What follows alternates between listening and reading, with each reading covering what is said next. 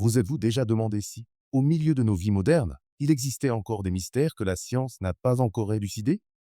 Des créatures bizarres et des sons inexpliqués aux légendes glaçantes qui se faufilent à travers l'Amérique. Ces énigmes continuent d'éveiller notre curiosité et parfois de nous donner des frissons dans le dos. Rejoignez-nous alors que nous partons pour un voyage à la découverte des mystères non résolus de l'Amérique dans la vidéo d'aujourd'hui. Alors, attachez votre ceinture alors que nous plongeons dans le mystère du jour. Mais d'abord, vous aurez une chance incroyable si vous aimez et vous abonnez avant la fin de cette vidéo. Commençons par la disparition d'Amelia Earhart. À l'été 1937, le monde entier retenait son souffle, suivant le périple ambitieux d'Amelia Earhart, la femme la plus courageuse de l'histoire de l'aviation. Amelia n'était pas seulement la première femme à avoir traversé l'Atlantique en solo, elle était déterminée à accomplir un exploit encore plus grand, un vol autour du globe. Pourtant, ce rêve grandiose fut à jamais enveloppé de mystère lorsqu'Amelia Earhart disparut sans laisser de traces quelque part au-dessus du vaste océan Pacifique. Le 2 juillet 1937, Earhart, accompagné de son navigateur Fred Noonan, décolla de Nouvelle-Guinée à destination de l'île Hollande, un minuscule point perdu au milieu de l'océan. C'était l'étape la plus difficile de tout leur périple, un vol de plus de 4000 km au-dessus de la mer, où la moindre erreur de navigation pouvait signifier une disparition définitive. Durant ces dernières heures, Amelia Earhart envoya plusieurs messages radio aux navires de la garde côtière américaine qui l'attendaient près de l'île Hollande. Sa voix était claire mais tendue. Puis, quelques minutes plus tard, tout contact fut perdu. Amelia Earhart et Fred Noonan semblaient s'être volatilisés, et le légendaire avion Lockheed Electra ne fut jamais revu. Presque immédiatement, l'armée américaine lança ce qui était à l'époque la plus grande opération de recherche de l'histoire. Des dizaines de navires et d'avions ratissèrent minutieusement les eaux où Earhart avait été vue pour la dernière fois. Mais après des semaines d'efforts acharnés, la recherche prit fin sans le moindre indice. Amelia Earhart était officiellement devenue l'un des plus grands mystères du XXe siècle. Depuis ce jour, d'innombrables théories ont vu le jour concernant le destin d'Earhart. Certains chercheurs pensent que son avion est tombé en panne de carburant et s'est écrasé dans le Pacifique, sombrant dans ses profondeurs infinies. D'autres sont convaincus qu'Earhart a réussi un atterrissage d'urgence sur une île déserte, survivant quelque temps avant de mourir dans la solitude. Mais des théories plus étranges encore ont été proposées. Certains affirment qu'Amelia Earhart aurait été capturée par l'armée japonaise avant le déclenchement de la Seconde Guerre mondiale et aurait vécu le reste de sa vie dans le secret. D'autres vont jusqu'à suggérer qu'Earhart serait revenue en Amérique et aurait vécu sous une nouvelle identité, bien qu'aucune preuve crédible n'ait jamais été trouvée pour appuyer ces affirmations. Au fil des ans, de nouvelles recherches ont été menées avec des technologies toujours plus avancées. Pourtant, l'histoire d'Amelia Earhart n'a jamais été complètement résolue. Même aujourd'hui, sa disparition continue de représenter à la fois une source d'inspiration et un rappel tragique des limites que l'humanité ose franchir, ainsi que des mystères qui persistent dans notre monde. Peut-être Amelia Earhart restera-t-elle à jamais un symbole de courage, de persévérance et de désir de conquérir de nouveaux horizons. En même temps, elle est devenue l'incarnation des mystères insolubles, captivant l'imagination de millions de personnes à travers le monde. Le trésor perdu du capitaine Kidd, caché sous les légendes maritimes, enfoui dans les pages fanées de l'histoire et les vieux récits folkloriques, repose un trésor perdu depuis des siècles. Il s'agit du fabuleux butin du célèbre pirate William Kidd. On raconte que ce trésor, débordant d'or, de pierres précieuses et d'innombrables richesses glanées sur les mers lointaines, a empêché des centaines de chasseurs de trésors américains de dormir, obsédés par la quête pour le retrouver. L'histoire du trésor du capitaine Kidd commence au XVIIIe siècle, lorsque William Kidd, un marin écossais, reçut l'autorisation de traquer les pirates afin de protéger les intérêts commerciaux de l'Angleterre. Mais le destin le transforma bientôt de protecteur en hors-la-loi, faisant de lui le pirate même qu'il avait été chargé de pourchasser. Ces expéditions devinrent célèbres pour leur pillage et leur poursuite brutale, permettant à Kidd d'amasser une immense fortune, mais faisant aussi de lui l'un des hommes les plus recherchés de son époque. Finalement, en 1699, Kidd fut capturé et ramené en Angleterre, où il fut exécuté à Londres en 1701. Pourtant, avant sa mort, il fit une déclaration choquante. Il aurait caché la majeure partie de son trésor dans un lieu secret, quelque part sur les côtes orientales de l'Amérique. Ainsi naquit la légende du trésor perdu de Kidd. Les premiers récits affirmaient que le trésor avait été enterré sur Gardiner et Island, au large de New York. Les premiers chercheurs y découvrirent une petite partie du butin, mais la grande majorité demeure introuvable à ce jour. Avec le temps, les rumeurs entourant le trésor se sont multipliées et sont devenues de plus en plus difficiles à vérifier. Des dizaines de cartes anciennes et d'indications cryptiques ont refait surface, chacune prétendant conduire les chercheurs au trésor enfoui. Pourtant, chaque fois que quelqu'un semble s'approcher de la vérité, les indices disparaissent, comme si Kidd lui-même avait maudit son trésor pour que nul ne puisse jamais le trouver. La quête s'est prolongée à travers les générations, coûtant la vie et la fortune à d'innombrables personnes, sans jamais produire de découvertes véritablement spectaculaires. Certains pensent que Kidd n'était pas un pirate ordinaire, mais un génie dans l'art de cacher ses richesses. Peut-être a-t-il divisé son butin en plusieurs parties, les dispersant à travers de nombreux endroits secrets, et semant de fausses pistes pour égarer quiconque tenterait de le suivre.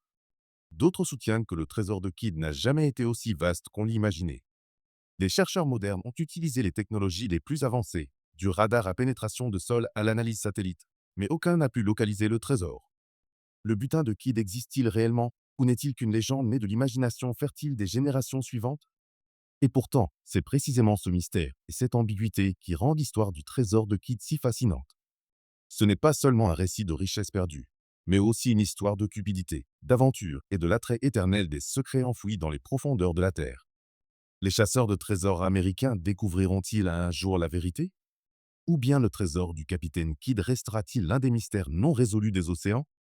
Tant que le butin ne sera pas retrouvé, le récit du célèbre pirate William Kidd et de son trésor légendaire continuera de vivre, inspirant des générations à entreprendre la quête ultime. Le Bigfoot. Et au cœur des forêts denses et sauvages qui s'étendent de la Californie jusqu'aux chaînes de montagnes reculées du nord-ouest Pacifique, une légende perdure depuis des siècles, captivant à la fois la curiosité et la peur de ceux qui s'aventurent dans la nature. Voici l'histoire du Bigfoot, une créature humanoïde de grande taille mais couverte d'une épaisse fourrure semblable à celle d'un singe, dit apparaître et disparaître mystérieusement dans les bois brumeux de l'Amérique du Nord. Le récit du Bigfoot n'est pas nouveau. Depuis des générations, les tribus amérindiennes parlent d'un être étrange, insaisissable et immensément puissant, vivant au cœur des forêts profondes. Ils lui ont donné de nombreux noms, mais tous décrivent la même silhouette étrange, une figure semblant exister à mi-chemin entre l'humain et le singe. Cependant, ce n'est qu'en 1967 que la légende du Bigfoot a véritablement explosé sur la scène mondiale. Cette année-là, Roger Patterson et Bob Gimla ont filmé une courte séquence, de moins d'une minute, à Bluff Creek, en Californie. Les images montraient une silhouette massive avançant d'un pas décidé à travers les bois, jetant un regard vers la caméra avant de disparaître dans les arbres. Si l'authenticité du film a fait l'objet de nombreux débats depuis, personne n'a jamais prouvé de façon concluante qu'il s'agissait d'un canular. Depuis ce moment, des milliers de personnes à travers l'Amérique ont affirmé avoir rencontré Bigfoot. Certains racontent avoir entendu des hurlements étranges résonner la nuit, avoir trouvé d'énormes empreintes dans des endroits vierges, ou même vécu des rencontres effrayantes face à face qui les hantent depuis des années. Pourtant, malgré tous les efforts pour trouver des preuves, personne n'a jamais capturé un Bigfoot vivant ni découvert de restes liés de manière certaine à une telle créature. Certains scientifiques pensent que Bigfoot n'est rien d'autre qu'un produit de l'imagination, un mythe alimenté par le folklore et des erreurs d'identification. D'autres spéculent que Bigfoot pourrait être un descendant survivant du Gigantopithèque, un singe colossal censé avoir disparu il y a des dizaines de milliers d'années. Certains vont même jusqu'à proposer que Bigfoot soit une espèce encore inconnue, assez intelligente pour éviter les humains et vivre en complète isolation dans la nature. Ce qui est le plus fascinant, cependant, c'est que Bigfoot n'est pas unique à l'Amérique du Nord. Dans l'Himalaya, les légendes persistent à propos du Yéti, l'homme des neiges, une créature remarquablement similaire dans sa description. Se pourrait-il que tous ces récits soient les fragments d'une vérité cachée?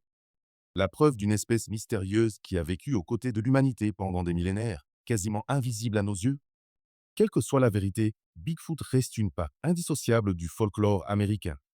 Pour beaucoup, Bigfoot incarne les mystères de la nature qui restent à découvrir. Un rappel vivant que le monde est bien plus vaste et énigmatique que nous ne l'imaginons souvent. Le signal WOW. Et un signal radio d'une puissance inhabituelle a été détecté en 1977, suspecté de provenir d'une intelligence extraterrestre. Lors d'une nuit d'été tranquille cette année-là, à l'observatoire Big Ear dans l'Ohio, des scientifiques ont enregistré un signal radio si étrange et sans précédent qu'il est rapidement devenu l'un des mystères les plus durables de l'astronomie. L'intensité du signal était si étonnante que l'astronome Jerry Ehman n'a pu réagir que par surprise, griffonnant l'exclamation désormais célèbre « Wouh !» sur l'impression papier. À partir de ce moment, le signal WOW est entré dans l'histoire scientifique comme un mystère non résolu. Le signal WOW a duré exactement 72 secondes, le temps précis qu'il faut à un radiotélescope pour balayer un point fixe dans le ciel. Ce qui rend l'événement encore plus remarquable, c'est son origine apparente. Un point près de la constellation du Sagittaire, une zone du ciel autrement vide, sans étoiles ni planètes connues à l'époque pouvant expliquer une telle puissance extraordinaire. Presque immédiatement, les scientifiques ont commencé à se poser des questions. Cela aurait-il pu être un message d'une civilisation extraterrestre? Pour la première fois dans l'histoire de l'astronomie moderne, les chercheurs semblaient avoir une preuve convaincante que l'humanité pourrait ne pas être seule dans l'immense univers. Au cours des années suivantes, des dizaines d'observatoires dans le monde ont pointé leurs antennes vers le même point du cosmos, espérant détecter à nouveau ce signal mystérieux. Malheureusement, toutes les tentatives ont échoué. Le signal WOW n'a jamais été réentendu. De nombreuses théories ont été avancées pour expliquer cet événement. Certains ont spéculé qu'il pourrait s'agir d'un signal émis par un satellite militaire classifié ou d'une interférence accidentelle venue de la Terre. Pourtant, les scientifiques affirment que le signal ne ressemblait à rien de ce que les humains ont jamais produit. Sa fréquence était exceptionnellement précise, du type attendu d'un émetteur artificiel. Certains chercheurs ont même proposé que le signal WOW ait pu être un message intentionnel d'une civilisation lointaine tentant de nous contacter. Mais si c'était vrai, s'il s'agissait vraiment d'un salut venant d'une vie intelligente au-delà de la Terre, pourquoi ce message n'a-t-il été envoyé qu'une seule fois et jamais répété?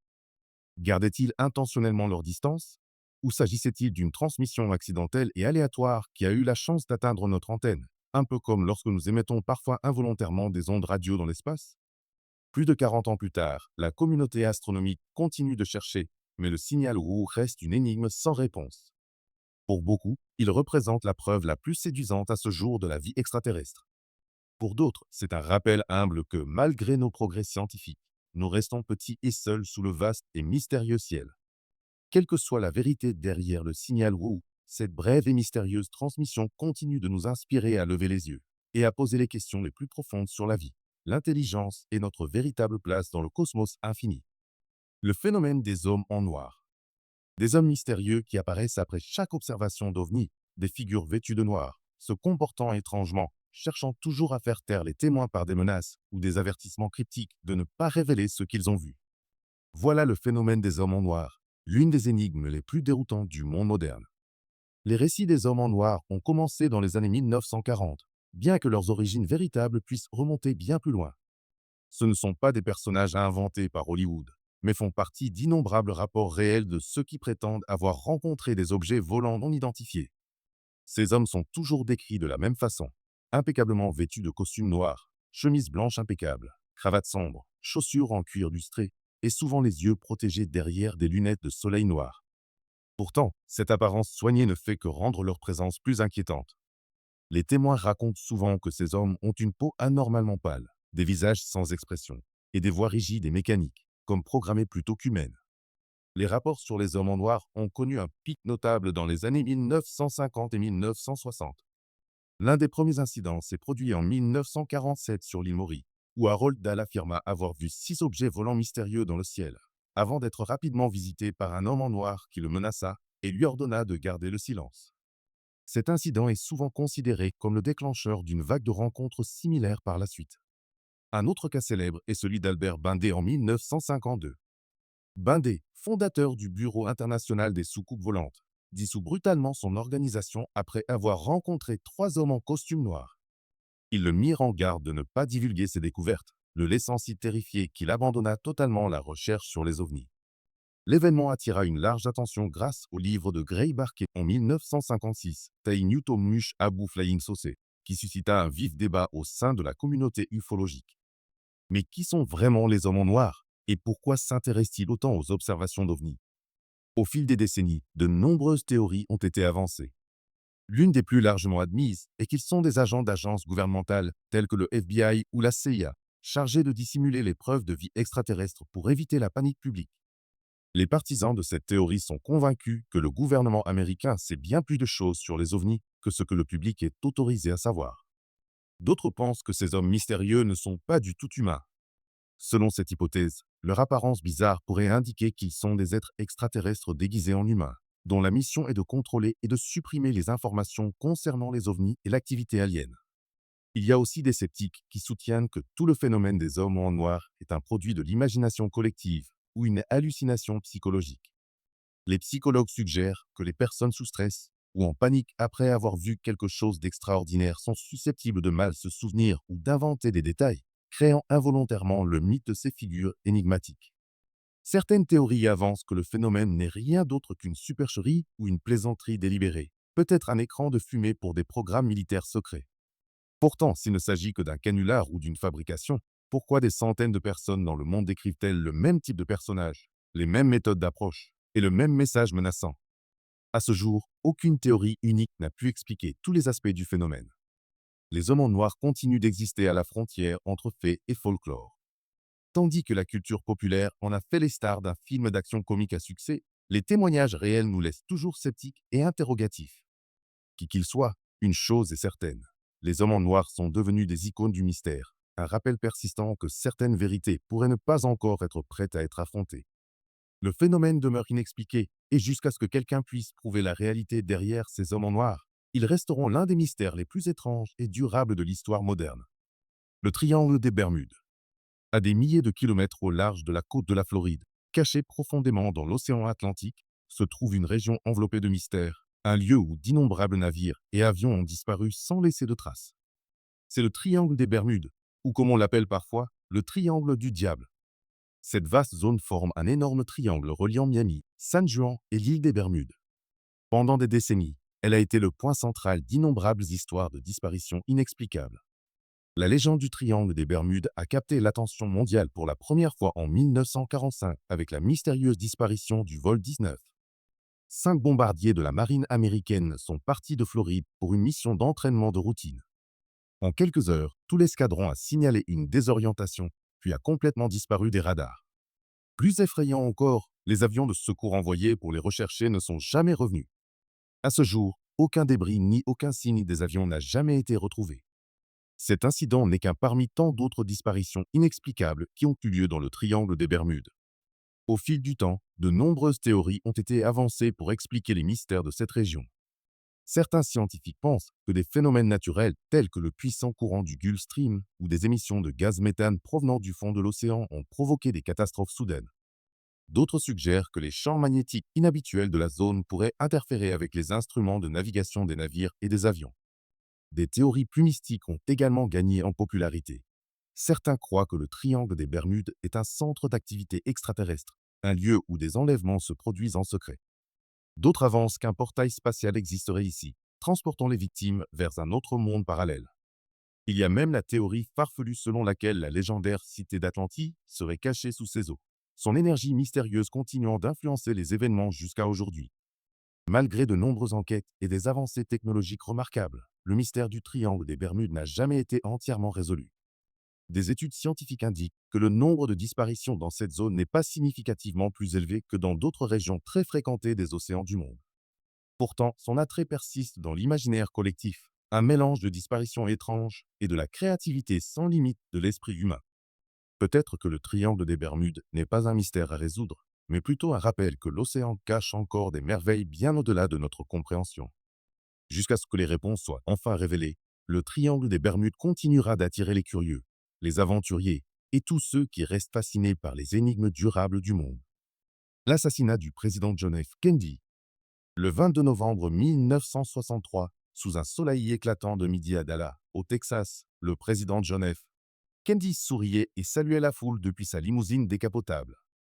Quelques instants plus tard, le monde était plongé dans le choc, des coups de feu retentirent, et le jeune président talentueux fut abattu sous les yeux de milliers de témoins. Jusqu'à aujourd'hui, la mort de Kennedy reste l'une des affaires les plus mystérieuses et controversées de l'histoire américaine. Lee Harvey Oswald fut rapidement arrêté et désigné comme l'assassin unique. Mais seulement 2 jours plus tard, Oswald lui-même fut abattu par Jack Ruby, un propriétaire de boîte de nuit, à l'intérieur même du commissariat, garantissant que les motivations et vérités derrière cette affaire resteraient à jamais enfouies. Que s'est-il réellement passé ce jour fatidique? Les enquêtes officielles ont conclu qu'Oswald avait agi seul, mais beaucoup croient qu'il y avait des forces bien plus grandes et obscures derrière cet assassinat. L'une des théories les plus persistantes suggère l'implication d'organisations secrètes, voire des agences de renseignement américaines elles-mêmes. Beaucoup ont soutenu que Kennedy était devenu une cible parce qu'il cherchait à limiter le pouvoir de la CIA et à réduire l'engagement américain dans la guerre du Vietnam. Ses ambitions auraient-elles fait de lui un ennemi parmi ses proches? Une autre théorie pointe du doigt la mafia. L'histoire de la famille Kennedy avec le crime organisé était complexe, et beaucoup pensaient que l'assassinat était un acte de vengeance des célèbres parrains, des hommes qui avaient autrefois aidé Kennedy à remporter la présidence, pour ensuite se sentir trahis lorsqu'il s'est retourné contre eux dans sa croisade pour démanteler leur pouvoir. Le mystère ne s'arrête pas là. Des enquêtes indépendantes ont remis en question le tir fatal lui-même. Était-il vraiment possible qu'Oswald, agissant seul, tire avec une telle précision? De nombreux témoins affirment avoir entendu plusieurs coups de feu venant de différentes directions, ce qui suscite des soupçons qu'il y aurait eu plus d'un tireur dans cette conspiration. Près de 6 décennies ont passé et l'assassinat du président Kennedy reste une plaie profonde au cœur de l'Amérique. Des centaines de documents classifiés ont été déclassifiés. Des milliers de livres et de films ont été produits. Et pourtant, la vérité ultime demeure cachée dans l'ombre. Peut-être ne connaîtrons-nous jamais toute l'histoire, mais c'est précisément ce mystère persistant et ce doute sans fin qui ont fait de l'assassinat de Kennedy l'une des plus grandes énigmes du XXe siècle. La zone 51 et les ovnis. Cachée au cœur des déserts désolés du Nevada se trouve une installation militaire si secrète que pendant des décennies, le gouvernement des États-Unis a refusé d'en reconnaître l'existence. C'est la zone 51, un lieu devenu symbole de mystère et des phénomènes étranges liés aux extraterrestres et aux objets volants non identifiés. L'histoire de la zone 50 en a commencé à attirer l'attention du public en 1947, après le crash d'un objet mystérieux près de la petite ville de Roswell, au Nouveau-Mexique. Initialement, l'armée américaine avait annoncé avoir récupéré un disque volant. Mais en l'espace de quelques heures, ces déclarations furent retirées et remplacées par une explication affirmant qu'il ne s'agissait que d'un ballon météorologique. Ce retournement soudain alimenta immédiatement les soupçons que le gouvernement cachait quelque chose de bien plus important. À partir de ce moment, les histoires, photos et vidéos d'objets non identifiés dans le ciel du Nevada commencèrent à se multiplier. De nombreux témoins affirmèrent avoir vu d'étranges lumières planer au-dessus du désert, se déplaçant à des vitesses et avec des manœuvres défiant toute technologie aéronautique connue. L'une des théories les plus persistantes affirme que la zone 50 n'est bien plus qu'une simple base militaire secrète. On dit qu'elle serait le site où le gouvernement américain étudie et teste la technologie extraterrestre récupérée sur des ovnis écrasés. Certains croient que des technologies avancées telles que les avions furtifs, des systèmes radars de pointe, voire des armements modernes, auraient toutes leurs origines et leurs secrets cachés dans la zone 51. En 1989, la légende prit une nouvelle ampleur lorsque Bob Lazar, un physicien prétendant avoir travaillé dans cette zone, révéla au monde qu'il avait participé à un projet impliquant des vaisseaux spatiaux extraterrestres.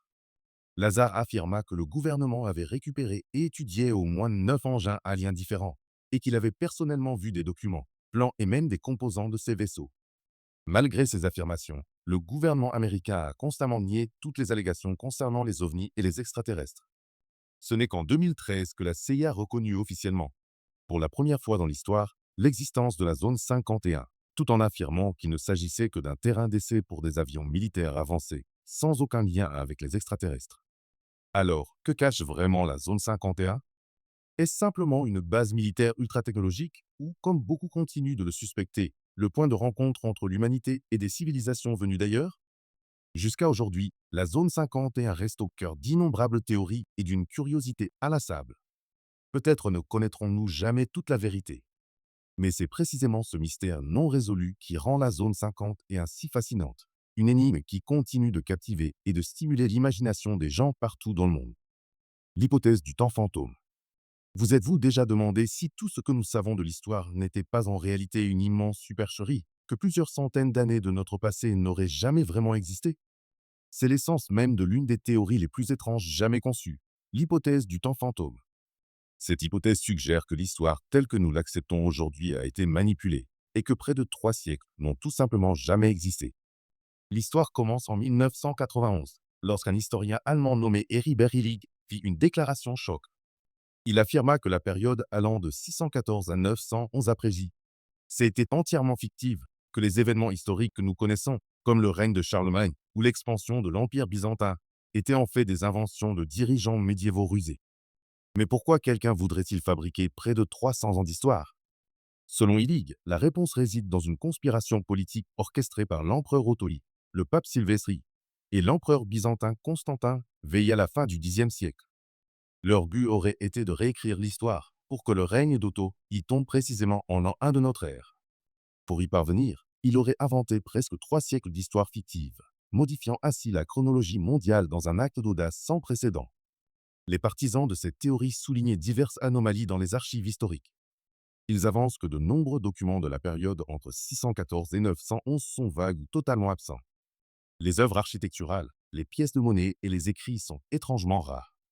De plus, ils remarquent que le calendrier julien, utilisé en Europe avant le passage au calendrier grégorien au XVIIe siècle, accuse un retard d'environ 10 jours.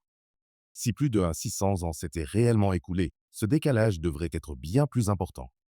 Mais si ces années n'ont jamais existé, qui étaient alors des figures célèbres comme Charlemagne? Étaient-elles entièrement inventées ou simplement des personnages historiques mineurs dont les récits ont été amplifiés pour combler un vide historique? Cette hypothèse a été vigoureusement contestée par les historiens. Les experts soulignent l'abondance de preuves archéologiques, astronomiques et documentaires anciennes provenant du monde entier qui confirment que cette période a bel et bien eu lieu. Pourtant, même les réfutations les plus solides n'ont pas complètement dissipé l'étrange attrait de l'hypothèse du temps fantôme. Ce sont les lacunes particulières dans notre compréhension de l'histoire et les incohérences étranges dans les documents anciens qui maintiennent cette théorie vivante et controversée. Ces partisans restent convaincus que l'histoire n'est pas une vérité absolue. Peut-être avancent-ils que l'histoire n'est qu'un récit raconté du point de vue des vainqueurs, ou pire, entièrement réécrit pour des raisons politiques complexes. Que vous croyez ou non à l'hypothèse du temps fantôme, elle pose une question difficile. Que savons-nous réellement du passé? Se pourrait-il que, cachés dans des milliers d'années d'histoire humaine, subsistent encore des zones mystérieuses, des histoires oubliées et des vérités enfouies à jamais? L'incident de Roswell en 1947. Par un matin d'été en 1947, dans les déserts isolés de Roswell, au Nouveau-Mexique, un objet étrange est tombé du ciel, marquant le début de l'un des plus grands mystères de l'histoire moderne. Voici l'histoire de l'incident de Roswell, une affaire qui a suscité la controverse pendant plus de 70 ans et est devenue un symbole de la curiosité sans limite de l'humanité pour la vie au-delà de la Terre. Le 8 juillet 1947, l'armée américaine de Roswell a publié un communiqué qui a stupéfié le monde. Elle avait récupéré des débris d'un disque volant qui s'était écrasé sur une ferme en périphérie de la ville. L'annonce s'est rapidement répandue dans les journaux, déclenchant une sensation mondiale. Mais seulement un jour plus tard, l'armée a brusquement retiré sa déclaration initiale, affirmant que l'objet n'était rien d'autre qu'un simple ballon météo sans lien avec des extraterrestres. La contradiction entre les deux déclarations du gouvernement a semé les graines d'innombrables questions, soupçons et théories du complot qui perdurent depuis des décennies. Pourquoi les autorités ont-elles changé leur version aussi soudainement? Est-il quelque chose de bien plus grave que l'armée voulait absolument cacher? De nombreux témoins locaux, dont des fermiers et des militaires présents sur le site du crash, ont ensuite décrit des détails étranges. Ils parlaient de débris à la structure inhabituelle, des matériaux impossibles à plier ou à détruire par des moyens ordinaires. Certains affirmaient même avoir vu les corps d'êtres étranges, des créatures à forme humaine mais de petite taille, à la peau grise et aux yeux disproportionnellement grands. Les théories se sont rapidement multipliées, la plus répandue affirmant que l'armée américaine avait en réalité découvert des preuves de vie extraterrestre, mais devait garder le secret pour éviter la panique publique et protéger une technologie militaire classifiée. Certains pensent que les corps de ces êtres étranges ont été transportés à la zone 51 pour étude et que la technologie extraterrestre y a été rétroconçue. Pourtant, le gouvernement américain a toujours fermement nié toutes ces allégations. En 1994, l'US Air Force a officiellement déclaré que l'objet tombé à Roswell faisait partie du projet Secret Mogul, un programme utilisant des ballons à haute altitude pour surveiller les essais nucléaires soviétiques. Les soi-disant corps extraterrestres auraient été des mannequins de tests de chute libre, et la confusion initiale n'aurait été qu'un malentendu. Cependant, cette explication n'a jamais suffi à convaincre ceux qui croient en l'existence de la vie extraterrestre. Beaucoup affirment qu'il ne s'agit que de nouvelles tactiques pour continuer à dissimuler la vérité. D'anciens militaires et chercheurs sur les ovnis maintiennent qu'ils ont personnellement vu l'engin et les êtres que la science ne peut expliquer. Depuis, Roswell est devenu l'icône ultime pour la communauté des ufologues et des théoriciens du complot. Il a inspiré d'innombrables histoires, livres, films et émissions télévisées. Grâce à cet incident, des millions de personnes à travers le monde ont commencé à envisager plus sérieusement la possibilité de civilisations avancées au-delà de la Terre, faisant de Roswell un lieu central pour des débats apparemment sans fin. Près de 80 ans ont passé depuis ce jour fatidique, et le mystère de Roswell ne cesse de croître. Ceux qui soutiennent la théorie extraterrestre continuent de chercher des preuves, tandis que les sceptiques sont toujours prêts à rejeter le moindre indice nouveau. Mais quelle que soit la vérité, l'incident de Roswell a changé à jamais la manière dont l'humanité regarde l'univers qui l'entoure. Peu importe le nombre de déclarations ou d'explications fournies, Roswell reste une grande question sans réponse. Serait-il possible que nous ne soyons pas vraiment seuls dans le cosmos? La vie venue d'ailleurs aurait-elle pu visiter la Terre, laissant derrière elle des traces que nous ne savons toujours pas expliquer?